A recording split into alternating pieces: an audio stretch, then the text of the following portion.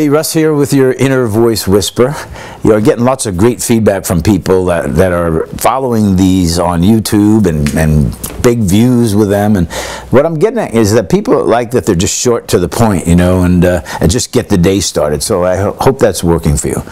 Yesterday, and I often say that I do these whispers based on my yesterday or day before, what's going on today, where I've had something that life has thrown at me. And I would have used to have handled that in the warrior, you know, behavior. But today I do that in the statesperson behavior, and it always tickles me because the result is always better. So I was at a meeting yesterday with a production company to do not an infomercial, but a reality show. And the people that we were talking to were, you know, interruptive, and they were cutting me off, and you know, you get a sentence or two out, but they cut it off. It's, you know, I probably used to do the same thing, you know. I did do the same thing. I was probably the poster boy. But as we got through and we started working on inner voice, you know, they started asking me more about the inner voice principles and strategies, because this is what we're talking about doing a reality show on inner voice, where we solve, you know, people's problems. You know, they get evidence that this way works better. So it was a great conversation. It turned to be a great conversation. And I was with my great friend Zalman Velvel, who's a writer. You should go to Google Zalman Velvel and look at some of his books. They're fantastic. But anyway, so as we got to the end, these guys were bodybuilder types too. I mean, big guys, probably in mid-40s maybe.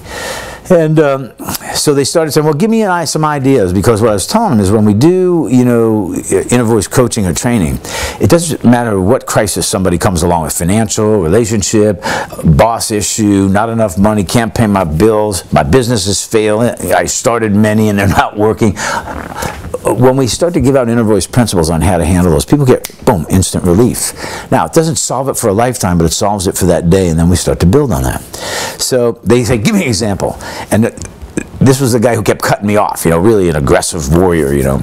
And so I said, all right, let me give you an example on how to change a behavior as opposed to get a soundbite. Because he was talking like this. He was saying, well, you know, if you did this and you did that, and then if you did that, and they did this and we did that, you did that. And there was no I in that. When you talk in the you person, there's no accountability or responsibility for what you say. And our culture does this all the time. So I said, let's try this. How about we try you talking in the I person? In other words, here's what I did, here's what I've experienced, and this is how it worked for me, and if I did this, instead of, hey, you know what, if you changed your attitude, you know what I mean, and you really changed your behaviors, and if you, you know, if you did this, there's no accountability or responsibility to that.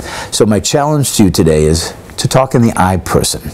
And you're going to find it very, very hard. And that simply is, hey, you know, I had an experience, and here's what I was doing that was wrong, and here's what I learned that, and not, that's not in a cocky or what would the right word be, you know, me, I, so to speak, like I want to just talk about me. No, you start just trying to talk in the I person, and that forces you to be accountable and responsible for what you say. And what I should have said is, when I talk in the I person, it forces me to be accountable and responsible for what I say. Try the I person and watch how your entire communication syntax and process changes. That's my inner voice challenge to you today.